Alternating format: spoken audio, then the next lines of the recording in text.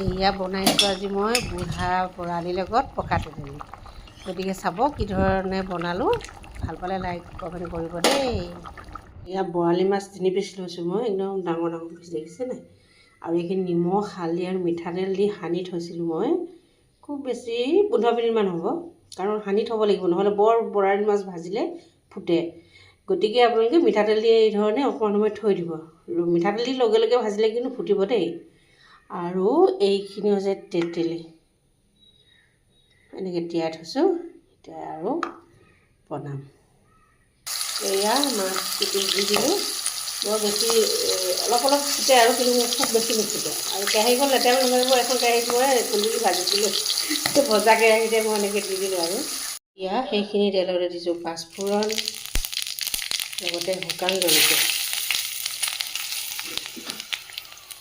আৰু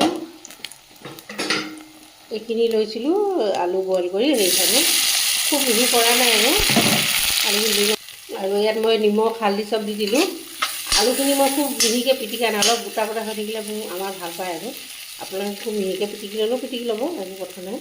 এতিয়া তেতেলীখিনি মই ইয়াত দি দিওঁ।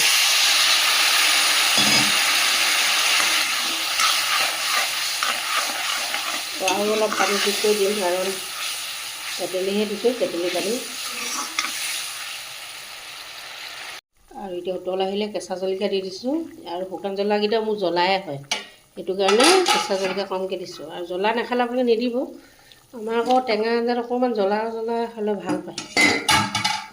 এতিয়া এখন উতলিব দিম মাছখিনি, কাৰণ আধা ফ্ৰাইহে কৰিছোঁ, অলপ সিজিব দিব লাগিব। এয়া হৈ গ'ল বুঢ়া বৰালিৰ লগত পকা তেতেলী। কি ধুনীয়া! এতিয়া আজি ৰ'দো খুব চোকা হৈছে, এতিয়া আৰু গৰমত খাব আৰু এইখন আঞ্জা।